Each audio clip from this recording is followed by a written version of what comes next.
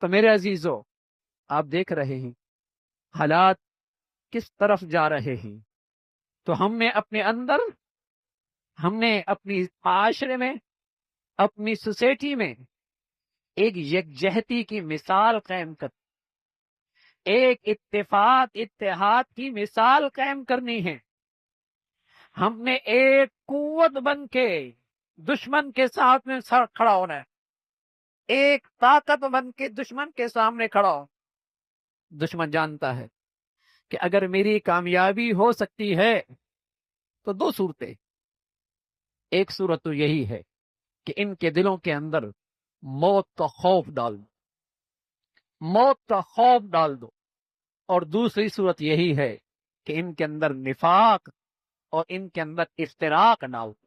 دشمن بھی جانتا ہے، وہ بھی ہمیں ان دنیا کی اس تاریخ میں بار بار آزما چکا ہے۔ وہ خوب جانتا ہے کہ کفر اور مشرک کبھی مسلمان کے ایمان کے ساتھ مقابلہ نہیں کر سکتے۔ کافر اور مشرک میدانوں میں کبھی مسلمانوں کے ایمان کا مقابلہ نہیں کر سکتا۔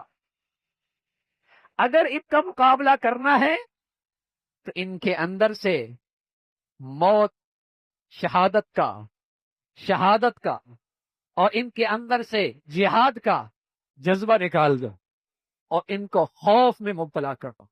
اب ثوبان رضی اللہ تعالیٰ عنہ فرمانے لگے، میری امت کی یہ کمزوری میری امت کی اصل پستی ہے۔ ثوبان فرمانے لگے، اللہ کے رسول صلی اللہ علیہ وسلم نے بتایا میری امت کی یہ کمزوری میری امت کی اصل پستی اور ذلت اور شکست ہے۔ فرمایا رسول اللہ صلی اللہ علیہ وسلم نے، ایک وقت آئے گا سارا کفر تمہیں مٹانے کے لیے ایک دوسرے کو یوں دعوت دے گا جیسے کسی ضیافت کی اور کسی دسترخوان پر دعوت دی جاتی ہے، کسی دسترخوان پہ کھانے کی دعوت دی جاتی ہے۔ کہنے والوں نے کہا، یا رسول اللہ، کیا اس وقت ہماری طاقت کم ہوگی، ہمارے پاس وسائل نہیں ہوں گے؟ فرمانا نہ، تمہاری بہت بڑی طاقت ہو، لیکن تم سیلاب کی جھاگ کی طرح ہو، تم سیلاب کی جھاگ کی طرح ہوں گے۔ کہ یا رسول اللہ یہ کیوں ہوگا؟ اور تمہارا روب اور دبدبا کافروں کے دلوں سے نکال دیا جائے گا۔ کہ یا رسول اللہ تعداد بھی بڑی، وسائل بھی بہت، افرادی قوت بھی بہت، پھر دشمنوں کے دلوں سے روب کیوں نکلے گا؟ فرمایا تمہارے دلوں میں وہن پیدا ہو رہا، وہن۔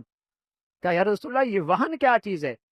فرمایا حب الدنیا و کراہیت الموت، دنیا سے حد سے زیادہ محبت، زندگی کی حد سے زیادہ چاہت اور موت کا خوف۔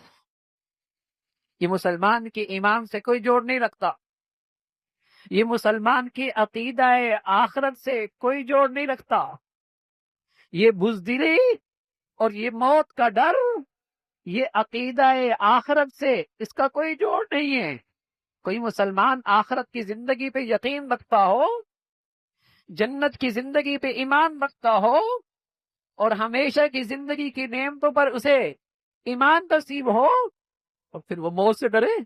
رسول اللہ صلی اللہ علیہ وسلم فرمایا کرتے تھے، جب کوئی شخص اللہ کے راستے میں شہید ہوتا ہے اسے اتنی بھی تکلیف نہیں ہوتی جتنی تمہیں چمٹی کے کاٹنے سے تکلیف ہوتی ہے۔ سبحان۔ جب کوئی شخص اللہ کے راستے میں شہید ہو اسے اتنی بھی تکلیف نہیں ہوتی جتنی تمہیں چمٹی کے کاٹنے کی تکلیف ہو۔ جس کا اس بات پر ایمان ہو وہ ڈر جائے، وہ خوف زدہ ہو